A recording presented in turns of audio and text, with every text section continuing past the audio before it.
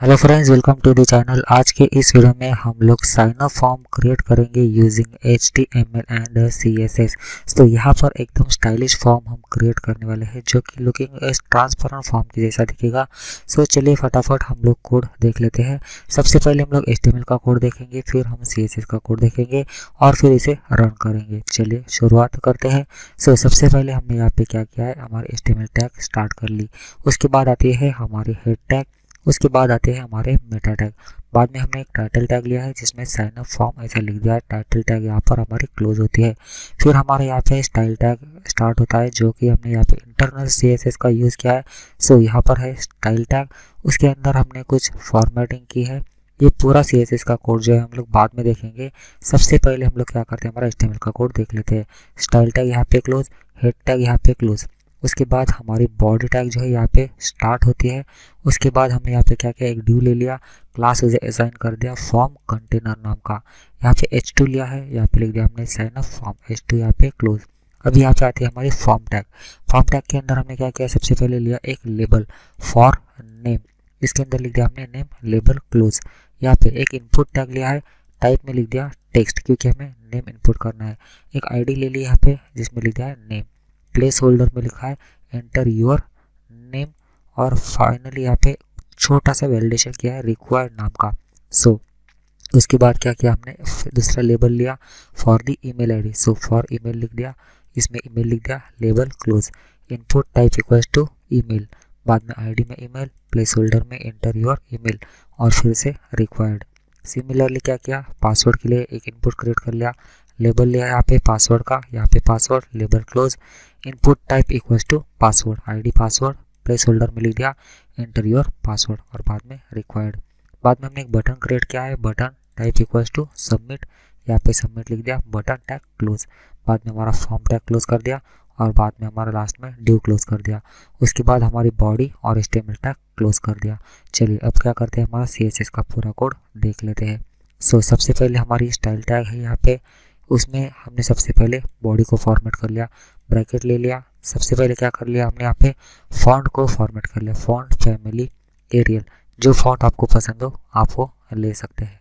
बाद में background image में यहाँ पे क्या किया, हमने कलर सेट किया है लिनियर ग्रेडियंट -20 डिग्री। हैशटैग की मदद से कोड ले लिया 0%, फिर हैशटैग की मदद से कोड ले लिया और 100%। सो उसके बाद क्या किया, मार्जिन 0 कर दी, डिस्प्ले फ्लेक्स कर दिया, जस्टिफाई कंटेंट में सेंटर लिख दिया, अलाइन आइटम्स में सेंटर लिख दिया, हाइट में 100 VH कर दिया, एनिमेशन में फेड इन 1.5s इस इन आउट कर दिया। सो ये होगा हमारा बॉडी को फॉर्मेट करना।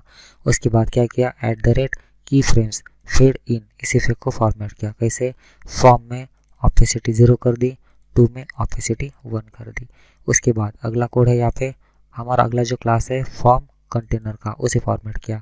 क्या किया, एक ट्रांसपेरेंट बैकग्राउंड चाहिए था, इसलिए बैकग्राउंड कलर में RGB 255, 255, 255, 0.3। सो इससे क्या होगा, एक बैकग्राउंड जो है वो ट्रांसपेरेंट बैकग्राउंड क्रिएट हो जाएगा।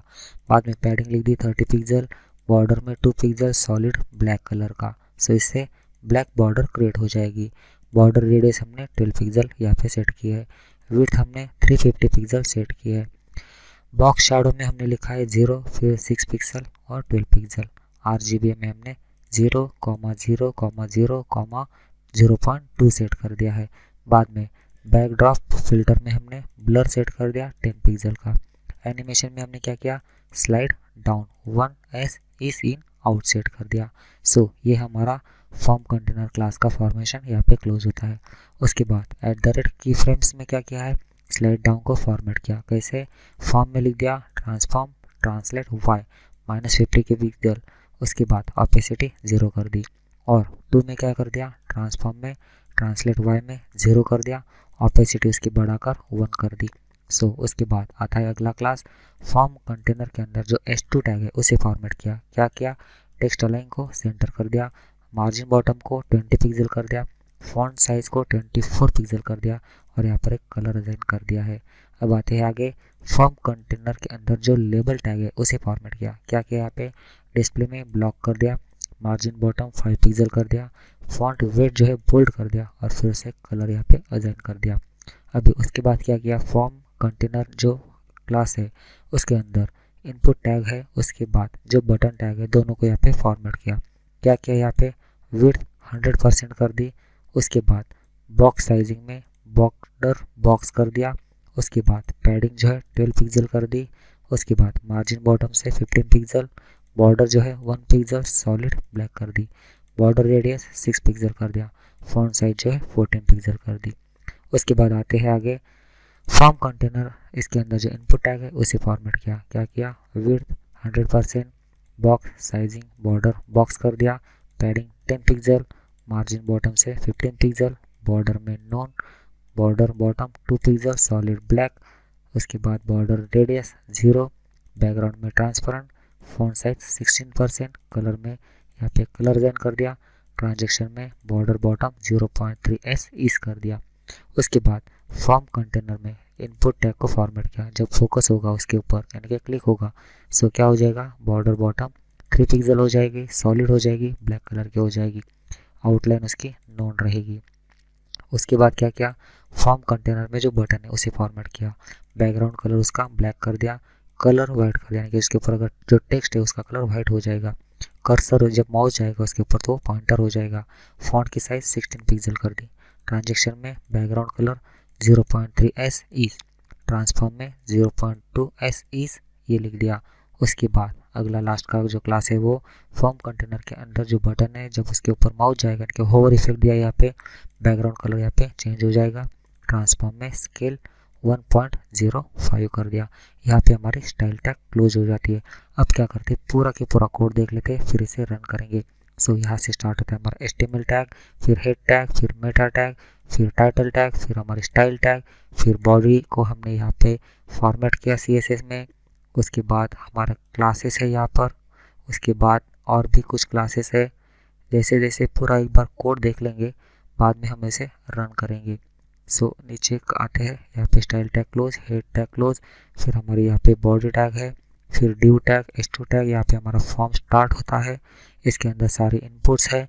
उसके बाद एक बटन लिया हमने, फॉर्म टैग यहाँ पे क्लोज, डिव क्लोज, बॉडी और HTML टैग यहाँ पे क्लोज। चलिए अब इसे रन करते हैं। सो रन करने के बाद इस तरह से दिखता है। मैं इसे रिफ्रेश कर लेता हूँ। सो रिफ्रेश करने के बाद आप लोग देख सकते हैं किस तरह से एनिमेशन में ये आ रहा है। सो यहाँ पर आप लोग देख सकते हैं जो इनपुट बॉक्सेस है वो डायरेक्टली एक हॉरिजॉन्टल लाइन आपको दिख रही होगी। सो ये भी सारा CSS में हमने फॉर्मेट किया है। जैसे इस पर क्लिक करेंगे आपको ये हमारा जो कर्सर है वो देखने को मिलेगा। सो इस तरह से ये हमने डिज़ाइन किया है। सो यहाँ पर कुछ वैलिडेशन भी हमने किया था रिक्वायर्ड का।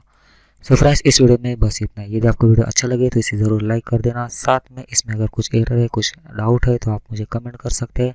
इसे अपने दोस्तों के साथ शेयर करके चैनल को ज़रूर सब्सक्राइब कर देना। मिलते हैं अगले वीडियो में, तब तक के लिए बहुत बहुत धन्यवाद।